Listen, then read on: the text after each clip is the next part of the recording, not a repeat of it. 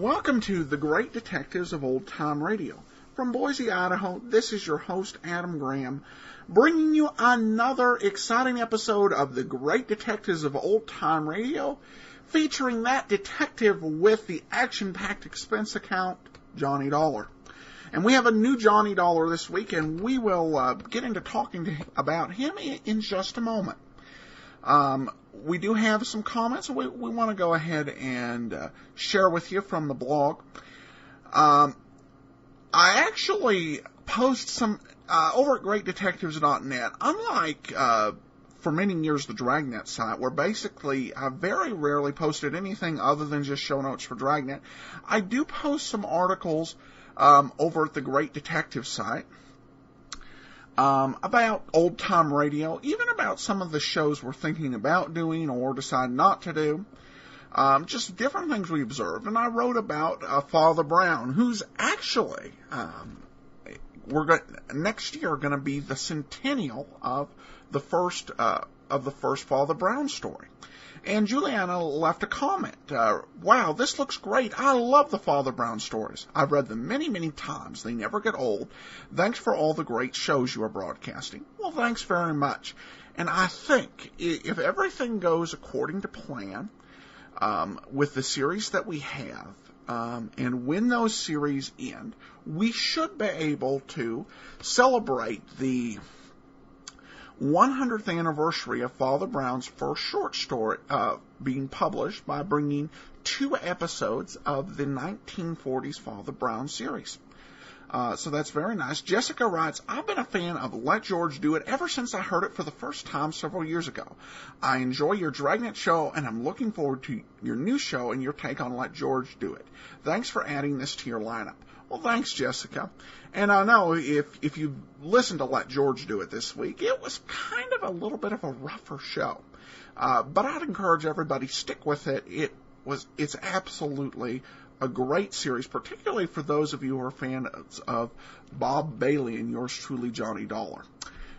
You will enjoy this as they get some really great mysteries in there. Sean says the show was off to a great start with Box 13. And Michael writes, another great show. Thank you, Adam. I will be looking forward now to Thursdays as well as Saturdays. And that's much appreciated. I've actually, because I'm working ahead on these shows, I actually have just finished recording week 8 Sherlock Holmes, and we're going to go into such really good stuff as we work through the Holmes stories in the 30s. You'll definitely want to pay attention to that. We also have got our first comment on a Podcast Alley. Now, I went ahead and I created a special redirect off of our site to get over to Podcast Alley, because putting even the show name in, you're not going to find it.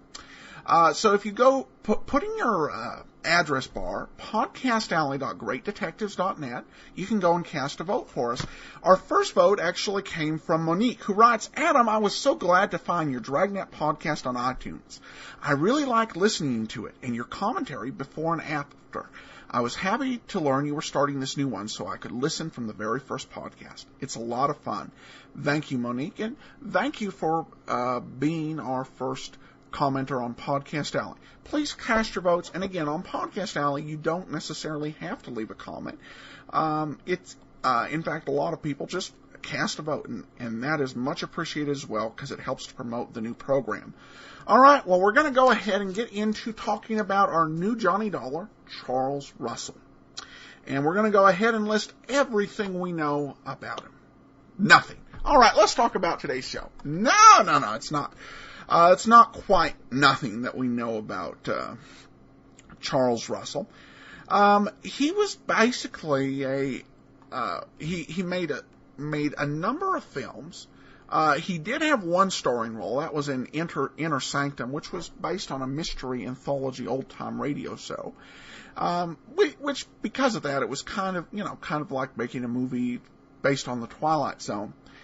And other than that, we don't know a whole lot about him before and after Yours Truly, Johnny Dollar. What we know is that he left in February of 1950, was replaced by Edmund O'Brien.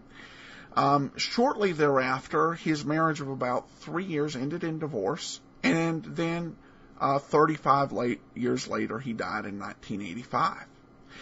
And we know nothing about what happened in between. He didn't make any films after 1950, just simply gone from the scene. And the only thing I've been able to find out about him in terms of his career was that he played in Yours Truly, Johnny Dollar. And when I read that, I'm kind of like, yeah, I kind of figured that. In evaluating him, I think some people are kind of are a little more critical than I am. I actually found his performance to be enjoyable, if not quite what the network was going for. It was a lighter performance, certainly, than Edmund O'Brien, who would come afterwards. And they were going really for a kind of takeoff on Philip Marlowe here. But still, this era, I've listened to several episodes of the Charles Russell series, and I've never failed to be entertained. So these are solid. They're not as great as the ones to come, but they're a solid, serviceable Johnny Dollar. O'Brien's performance, in one way, the way he reads it reads the expense account. It's kind of got this really great official sounding voice. In some ways, his voice reminds me of a slightly more serious version of Don Adams from the Get Smart series. But still, this is some fun radio. Not quite as deep as we'll get with some of the future Johnny Dollars.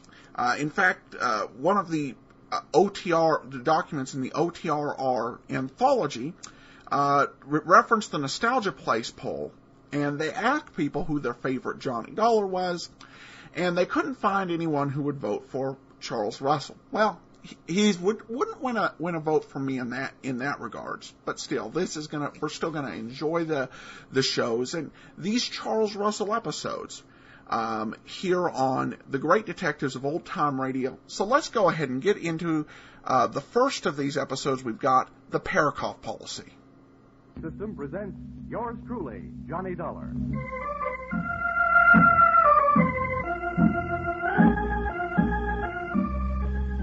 The next half hour has its baggage packed to take a half-hour trip with America's fabulous freelance insurance investigator, Johnny Dollar.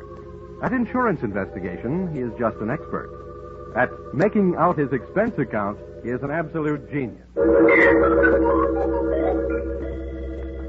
Expense account submitted by investigator Johnny Dollar to Home Office, East Coast Underwriters, Terminal Building, Hartford, Connecticut. The following is an accounting of my expenditures in the investigation of the Parikoff policy for your company. Expense account, item 1, plane fare to Benton, Ohio, $40.04. Expense account, item 2, plane fare, Benton back to Hartford, $40.04. Explanation, purchase 2 one-way tickets instead of saving money by purchasing one round trip. Because of the type of case I'm usually assigned, I never press my luck by buying round trips. This time I was almost right. Expense account, item 3. Cab fare, airport to Valley Hotel, $2.20. Tip the driver. Gee, $1. Well, naturally. There'll be steak on the table tonight. Welcome to Warfare City. Hey, doorman. Yes, sir. What can I do for you, sir? Bring my bag inside, will you? Oh, here. $1. Always. Well, all you have to have is $1. Would you have to have a Right here, boy. Good evening, sir. Hello. Do you have a reservation for Johnny Dollar? Oh, yes. Mr. Dollar's in his room. He checked in about 8 o'clock. What? I guess I ain't the man I used to be. What room is he in? Oh, sorry, sir. I'm not permitted to tell you that. I can call. Oh, no, never mind. Let me have an envelope, will you? I'd like to leave my card for this Mr. Dollar. Yes. Here you are. Thanks. Here, just pop this in his box. The clerk popped the envelope into box number 207, so I popped myself into an elevator going up to room 207. I'd come to Benton to investigate a murder, and in just a matter of minutes, I found myself ready to commit one.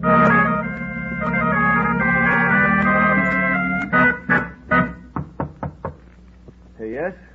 Who is it? A bellboy, sir. A package from Hartford. Just a minute. What kind of a Special delivery! Come on, get up on your feet. Oh, it's safer down here. Now, take it easy. You must be Johnny Dollar. Sometimes strangers in a hotel room can be a lot of fun, but not when they're men and not when they're using my name. What's your angle? Now, listen, Dollar, I can explain everything. It better be good and it better be fast. I didn't want to be seen waiting for you in the lobby, and it's important that I talk with you before anybody else does. That's why I'm here. I'm Eric Barker. Oh, the defense attorney in this Parikoff thing, huh?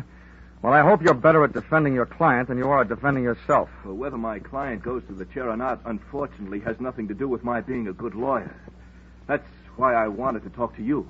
Oh, I suppose this is one time when the attorney won't mind relinquishing the floor. Why don't you get up on your feet? Oh, thanks. Thanks, I will. I'm no coward, Dollar, but if either one of us is going to get any place on this case, we'll have to work together. I need your help, and I need it badly. Sorry, I do a single act. Oh, now, don't be hasty. I can help you, too. Just how much do you know about the Parikoff murder? Well, I know it's one of the screwiest cases I've ever run into. Beneficiaries are knocking off insured people all over the country, but not here in Benton. Oh, no. Here, they tell me, the insured man knocked off the beneficiary. And now I've got the jolly assignment of trying to keep the state from executing the insured man.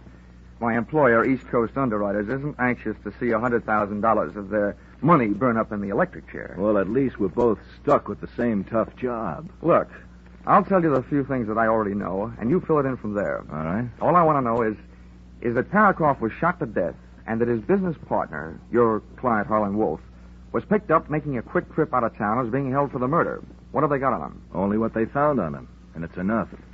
The murder weapon. Any witnesses? One. Parikoff's widow, Marcia. An eyewitness. A murder weapon and an eyewitness. It seems, at least at first glance anyway, that the state of Ohio will be receiving a large electric bill one day soon. Any chance of my seeing Wolf? No, not before he's indicted. Oh, great. Dollar, Harlan Wolf shot Parikoff in self-defense. There was no premeditation. I'm convinced that I could get him off with a second-degree manslaughter verdict. That is, I could if it weren't for the tactics of the prosecution. Oh, what's that?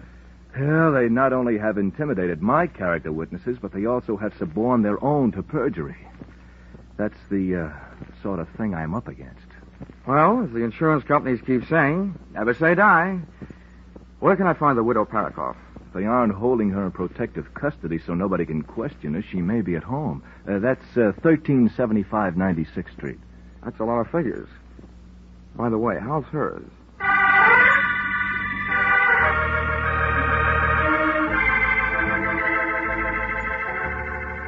Expense account, item 4. Cab fare to home of murdered man and the girl he left behind him, $2.40. I shivered all the way out to the suburbs, but not from fear or anticipation. Just a simple case of summer shorts in red flannel weather. The Parikoff place was obviously the product of a good income and a bad architect. It looked like a great big wedding cake, and Mother Nature had mercifully iced the confection. The front walk was white and untrammeled as the driven snow. As a matter of fact, that's what it was. 3 inches of it, which meant that Marcia hadn't had a visitor in the past couple of hours. I was playing detective, and somebody inside was playing the radio. So I played Peeping Tom, and loved every second of it. I couldn't see her face, but she had a lovely profile.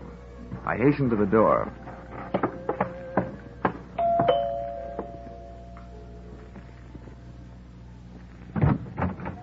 Ouch! Her hair was red and her eyes were green. Her hair stopped you cold and then her eyes gave you the go signal. Yes? Would you mind saving that yes for later? I beg your pardon? I've come to ask your help and I hope you'll say yes. You see, my name is Johnny Dollar and I've been sent to Benton to investigate the death of your husband. Say, what is this? Has it turned into a federal case? Oh, I'm from the insurance company. Oh, come in. Thanks. Where can I put my coat? This snow is melting all over your carpet. Let it melt. Just throw your coat anyplace. Okay. Good shot. Come on in by the fireplace. It's nice and warm. Oh, I should have brought some chestnuts. I could have followed her with my eyes closed. She headed for the living room, leaving a pathway of perfumed air behind her, and I didn't waste a breath of it. That's nice perfume. Sit down. Thanks. If you can stand a compliment before we get down to business, you certainly do furnish a room. Oh, you like it? Most of the things are just reproductions. Not the things I'm talking about. Oh, you mean me? It's a happy surprise. I expected to find someone fatter and 40er. My husband was. Now, what about his insurance? Oh, you've got me wrong. I'm working for the company that insured the man being held for the murder of your husband, Harlan Wolf. What do you want from me? Just the story of what happened. Oh, well, that I can't do. The district attorney had a long talk with me about it. I'm not supposed to say anything to anybody about it until the trial. Well, I'm not asking you for any state secrets. I just want you to save me a trip down to the morgue. Oh, don't be so brutal. Oh, I'm sorry. I didn't realize you were still in mourning. That negligee confused me. Anyway, I'm at the newspaper morgue. That's what they call their files. You gave them a story. Why won't you give it to me? I told you I can't. Okay, sorry I wasted your time. Oh, wait a minute. You aren't leaving. Well, you aren't cooperating. Oh, sit down. I'm going crazy in this house, alone all the time. Can't we find something else to talk about? Sure, later. But first things first. Well, all right. Well, I don't see how it could be wrong to tell you what's already been in the newspapers. Oh, go on. Well, all right. Harlan Wolf and I were here, in this room, alone. We were discussing business. Business? Business. The Highland Coal Corporation. My husband was its president. Harlan is the secretary-treasurer, and I'm the vice president. I can't resist this, but, you know, your kind of businesswoman makes this anthracite heart of mine feel very bituminous. What? Oh, Well, I don't get it. Let it go. So you and Wolf are sitting here talking about your coal business. Yes. And then my husband came home. And no doubt accused you and the secretary-treasurer of putting in too much overtime. Is that it? Oh, yes. Oh, it was terrible. They fought, and finally Harlan ran over to the couch over there and pulled his gun out of his overcoat pocket and started pulling a trigger. Who called the police? The neighbors? No, I did. Well, that's all there is to it. Well, that's all I wanted to know. It didn't hurt, did it? No. Now, how about using those big shoulders of yours to throw a log on the fire? Well, sure. I'll go outside and get one. Oh, there are logs in here. I'd rather have one that's a little damp. They burn slower. Oh. Well, then while you're at it, get a big one.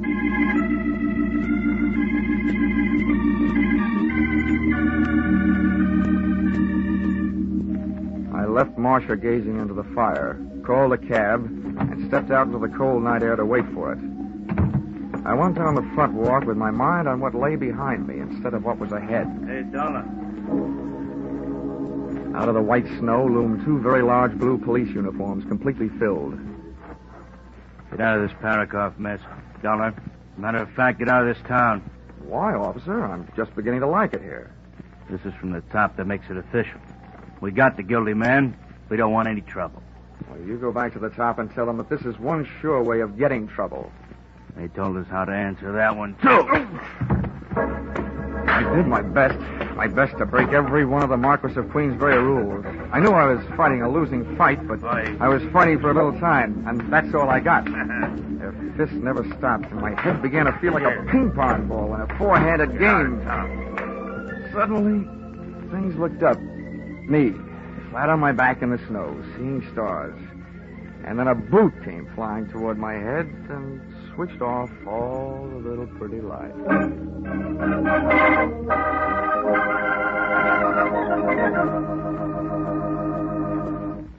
All America is taken to Sing It Again, CBS Saturday night show of fun, frolic, and the fabulous Phantom Fortune. By telephone, listeners all over the nation are asked for their answers to the rhythmic riddle song. Popular songs with new lyrics hiding the name of a movie star, radio star, or man about town. A right answer to a riddle, and the listener gets a crack at Sing It Again's phantom voice fortune of $24,500 in prizes. It's a sensational session of music, suspense, and prizes. Don't miss Sing It Again tonight over most of these same CBS network stations. Maybe you'll sing to the tune of 24-5. And now back to yours truly, Johnny Dollar.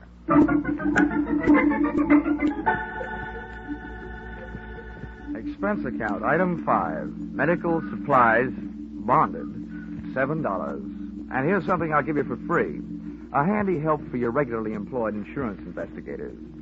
When I find myself overwhelmed in a brawl with unknown assailants, cops included, I do my best to take away more than just bruises and contusions. During my career, I've picked more pockets than a rack boy in a pool room. And I added one more to the score during the brawl in front of the Parikoff house, just before I went bye-bye in the snow.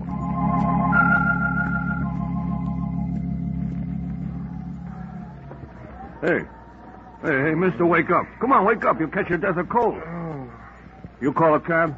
Yeah, I think so. Holy smokes, your face. Was you robbed? What's the matter? Isn't it there? Huh? Oh, here, come on. I'll give you a hand. Thanks. Holy smokes, when I first seen you laying there, I thought you was a snowman tipped over. How do you feel, cold? Forevermore, I shall look kindly upon the haddock in the deep freeze. Huh? Hey, what are you looking for? I'm looking for a wallet. You lose it? First I found it, and then I lost it. Oh, here it is. Come on, let's get out of here. Where to, Mr. Police Headquarters? Oh, no. Over my dead body.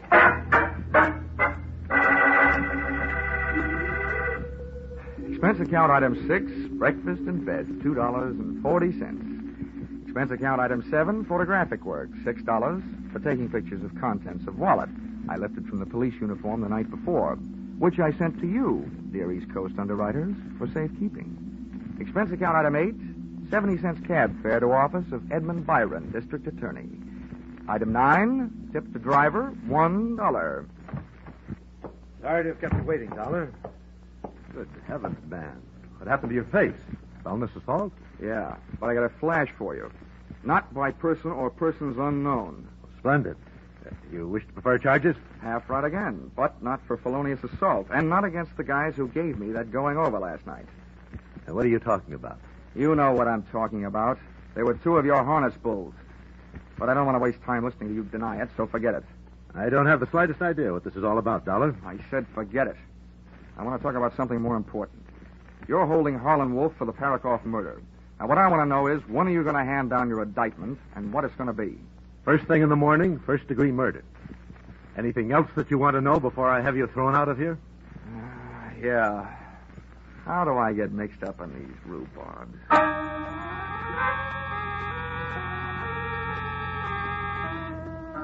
Expense account, item 10, 5 cents. Phone call to my partner in despair, attorney for the defense, Eric Barker, who agreed to lend me a set of police photographs of the scene of the crime.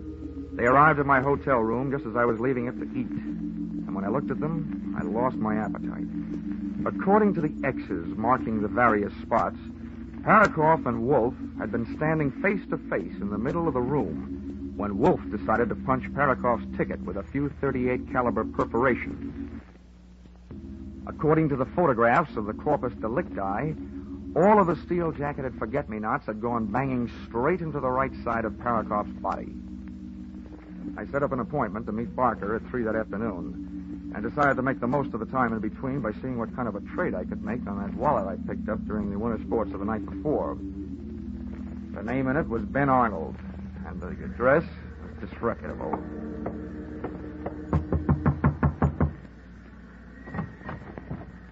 I don't want any brushes. Well, what a coincidence. I'm not selling any. What do you want? I'm looking for Ben Arnold. Who isn't? He promised me he'd be home by now. By this time, I should know better.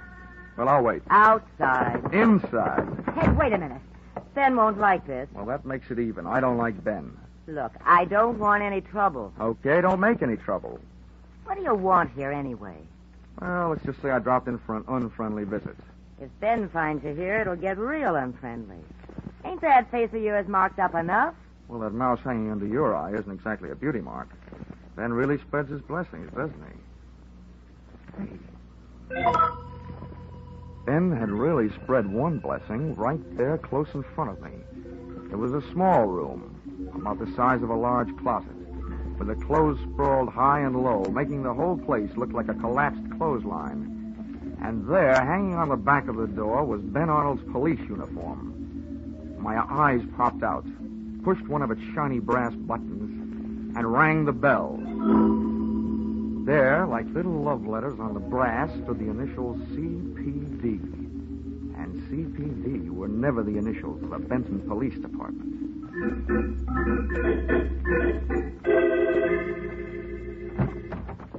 Thanks for seeing me so quickly, Barker. Oh, Dollar, you're up. Good Lord. What happened to your face? A couple of police uniforms with overstuffed shoulders did this to me last night. Well, there you are. I warned you that we're up against a bunch of ruthless people. Something should be done about it. Using the police force to beat up anybody who stands in their way. No, Barker. They were wearing uniforms, but they weren't police. I'm afraid I don't follow you. Barker, can you give me one good reason for a Benton cop to be wearing an out-of-town uniform? And don't tell me they got mixed up at the cleaners. Out-of-town uniform? Yes, and here's another one.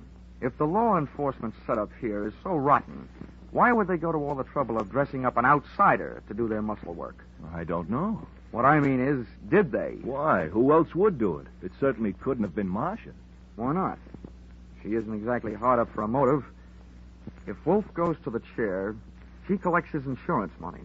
Not only is she the widow of the original beneficiary, she's also vice president of the coal company.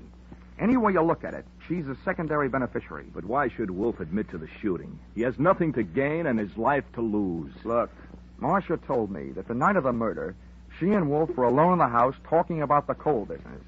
Then she didn't know what I meant when I used the words bituminous and anthracite. Whatever they had on the fire that night, it wasn't coal. You're right about that. Marcia and Wolf were having, well, some kind of a romance. Yeah, okay. So let's say Marcia shot her husband. Let's say Wolf is madly in love with her. Let's say she promises Wolf that she will testify he shot her husband in self-defense. Marcia gets away with murder. Wolf gets away with a light sentence or none at all. And then Wolf gets away with a girl. Now, that does make sense. What makes you think this is even possible? Barker, somebody had me beat up last night. I say the prosecution wouldn't have bothered sending fake cops. There's one thing I got to check, and check fast. What's that? Those police photos you gave me show that Parikoff was shot by a left-handed shooter. Well, that's one of the prosecution's strongest points. Wolf is left-handed. That doesn't prove that Marcia isn't. Barker, I'm going to go out and see Mrs. Parikoff. And there's only really one thing I hope. That she's left-handed? That she's wearing that same negligee that she had on last night.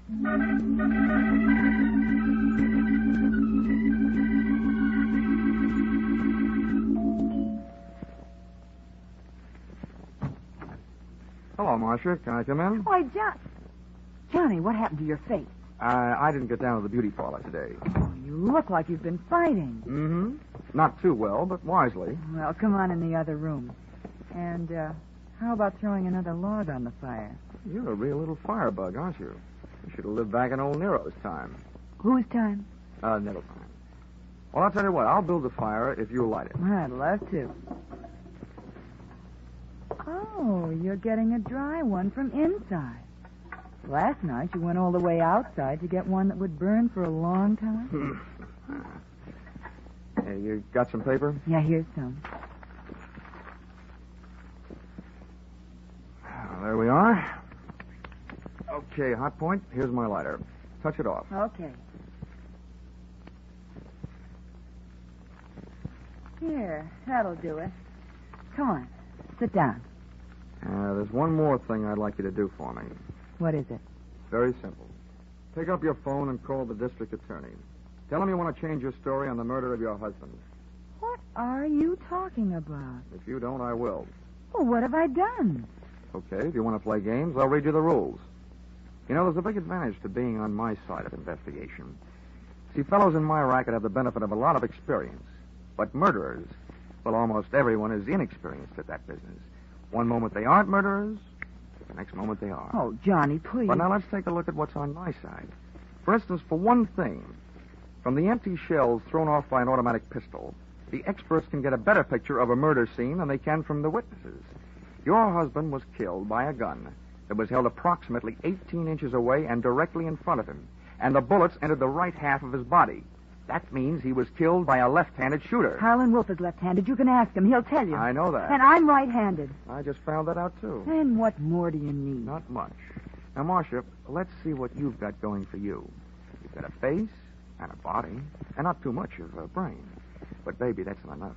It's not enough to offset the things that I know. You don't know anything. Oh, okay, so let's make this a guessing game. Let's guess after your husband was shot, you called Wolf. When he got here, you told him you'd given your husband a .38 caliber divorce, right? Then you charmed him into taking the rap for you, right? No. And then you told him you'd testify he shot your husband in self-defense, right?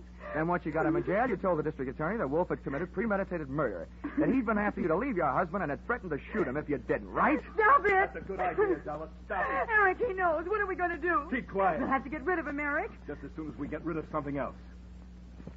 All right, Dollar. I want Ben Arnold's wallet, and I want it right now. You're welcome to it, Barker. But it might interest you to know that I had its picture taken this morning. Your phony policeman's wallet and everything in it. And copies of the photos are in the mail right now. The insurance company won't have any trouble connecting you with the comedy cops who beat me up last night. You're bluffing. But that's not all I've got on you, Barker. This morning when I was lying in bed, reading the bumps on my head, it suddenly dawned on me that you were the only one that knew where I was going last night. So you must have been the one who had me roughed up. It also does my heart good to see you standing there holding that gun in your left hand. You shot Parikoff and then got out of here while Marcia called Wolf, told him she'd done it, and talked him into taking the rap. Shoot him, Eric. For a lawyer, Barker, how do you like my case? Good, isn't it? What are you waiting for? Shoot him. Kill him, I tell you. Shut up, Marcia. All right, Dollar. Stand still. If you won't, I will. Give me that gun. Marcia, look out! Marcia made a rush to grab the gun from Barker. She got between me and the gun, and I dove in behind her, arms straight out, picked her up, and she... Marcia went smashing into Barker, and I went on a frantic treasure hunt through that flailing mass of snorting, angry bodies to find the hand that held the gun. Believe me, it was no place for a lady, but Marcia was no lady. No! I grabbed deep in between them and yanked Barker's gun hand up out of the go-round, and just to make sure the rest was strictly a fist fight, jammed my trigger finger in over his shot into the ceiling. The way the plaster was falling, it was like another fight in the snow. But this time, Johnny Dollar came up heads instead of tails. Eric! Come on, Barker, up. Come on, get up. No. Down you go. Eric! All right, Marcia. Now be a nice little girl. Pick up the nice little telephone and call the nice little district attorney and invite him out to your nice little house.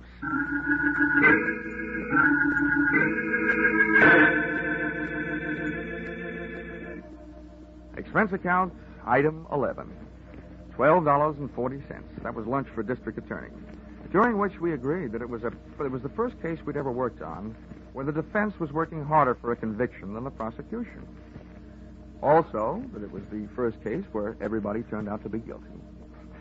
Defense attorney Eric Barker of murder, his girlfriend Martha Parikoff of being an accessory before and after the fact, and Harlan Wolf of conspiracy to defraud. Oh, no wonder the nation's jails are getting overcrowded.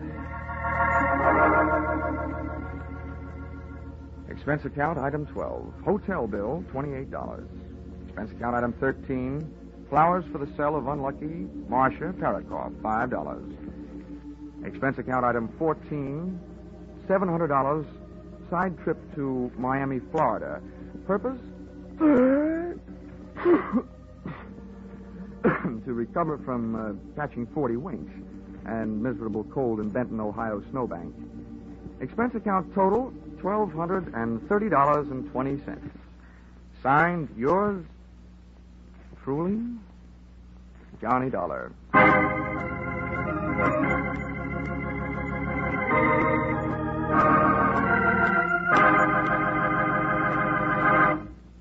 Listen in again next week when CBS brings you yours truly, Johnny Dollar, with Charles Russell as Johnny.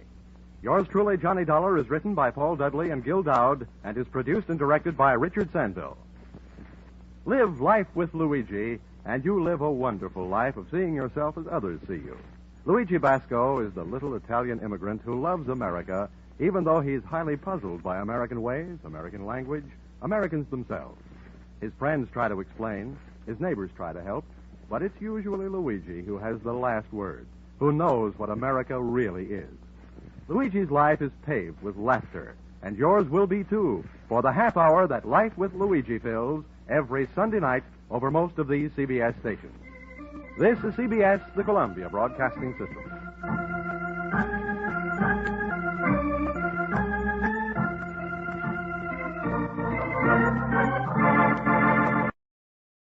Welcome back. Again, as I said, this is a very fun episode. And one thing that I think is great about going through a series like this, even though the Bailey episodes really are, those are the ones that people think of when they make commercial sets. And I'm not aware, actually, of any of the other Johnny Dollar actors having their episodes included in any commercial sets. But that, to me, is kind of one of the appeals of this, because you're able to hear an episode that has never or hasn't been heard in years and years. So I found this particular one very interesting. There was kind of that nostalgic twist where he gave that $1 tip, and the driver was like, "We're having steak tonight." Wow, we see the effect of inflation. You give a driver a $1 tip today, and you might get a different reaction, depending, of course, on the length of the trip and the professionalism of the driver. But this was good stuff, and I think kind of a preview of what we've got to come. I think the Charles Russell episodes you'll find very fun, very well written, and just a great rediscovery here. All right, well, we have got some. I did get an email I found pretty interesting regarding future projects on the show. Jason, who's been a long-time listener to the Dragnet Show, writes, I've been catching up on the shows again, so I hope it's not too late to make a couple suggestions for shows on your new Detectives podcast, maybe for future episodes. First suggestion is The Shadow. A bit different from the usual detective show, but it's still a classic, and as far as I know, in the public domain. The second is hold on, let me look up the pronunciation guide here. The second is Hercule Poirot, another great show. I have to look that up, because when I see it, it looks to me like Hercule Poirot, but that's not how it's pronounced. But Hercule Poirot, that's definitely one we'll do, but it may not be the one that you're thinking about, or that others may think of when they think of Hercule Poirot on the radio. The first time I heard Poirot, it was on a podcast. It was actually the first detective podcast I listened to. And I said, boy, this doesn't sound like it was made in the 1950s and 40s. Well, it was kind of because it wasn't. It was actually a version from the BBC that was made in the 1980s, so not technically in the public domain. So that one we wouldn't be able to do. But there was a Hercule Poirot series from the 1940s. That one is in the public domain. And I listened to an episode, I leaned towards doing it. It's a limited run series, but it's something I think definitely we will get in there. And then there is a little bit of a special we will do with that as well. The other one he suggests is The Shadow. I've got to tell you, The Shadow is a very intriguing show to do. It's a big show in terms of its overall length. There are around 200 to 240 episodes in existence, which sounds huge, but when you think there were 600 done, that's a lot of lost episodes. But 200 to 240 episodes, it'll take us about 4 years to go, listen through. So I've got to listen to a few more episodes. But The Shadow is such an influential character and very popular. There was actually, I was looking at the show was ranked in the performing arts category, and there was a show ranked right up there with the Great Detectives of Old Time Radio in total downloads. It was the Shadow podcast from Botar, and that particular podcast was ranked very high. And I clicked on the link, and it had not even been updated since 2007. There are a lot of Shadow fans out there. And The Shadow, of course, was the basis of many detective stories. Not just, Batman. Radio Archives actually has, on their site, they have Shadow magazines for sale, replicas of those. And you look at those covers, and you just see how it's played into the culture. I even, after listening to that episode of The Shadow, I read it was the first one with Orson Welles. I actually read one of my own short stories for my Laser and Sword magazine.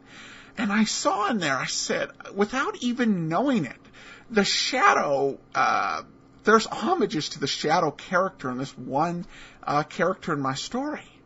How did he do that? I've not even been a regular listener of The Shadow. How did he get into the story? The Shadow knows. Anyway, we will definitely give some due consideration to The Shadow. Thanks for the email and for listening. We really appreciate it. A couple comments over on iTunes. I love all of Adam's podcast. I started out listening to his Dragnet show, then his Superman show, and I finally found this one. I like old radio detectives, and I was thrilled when I saw Adam was doing one about them. But the best part of this show is that it's updated not once a week, not twice a week, but 5 times a week. Anyway, good luck with the show, Adam, and keep up the good work. And thanks so much. And I love that last part. I ought to work that into an ad on the other shows. Oh, and Pat and Gene write in, we've been enjoying all the Old Time Dragnet podcast and are looking forward to following your newest podcast endeavor. Keep up the good work, and thanks for so many hours of quality listening. And thanks so much, Pat and Gene. All right, well, that will bring this episode to a close. I encourage you, got any comments, feel free to email me, box13@greatdetectives.net. Also, next week we will have a brand new theme. Well, not brand new. It's actually from a Pat Novak's episode over Armed Forces Radio Service. Let me know what you think about that as well. But from Boise, Idaho, this is your host, Adam Graham, signing off. Good night, everybody. Special thanks go out to Johnny Tusa for providing the opening theme music for this week's episode of The Great Detectives of Old Time Radio.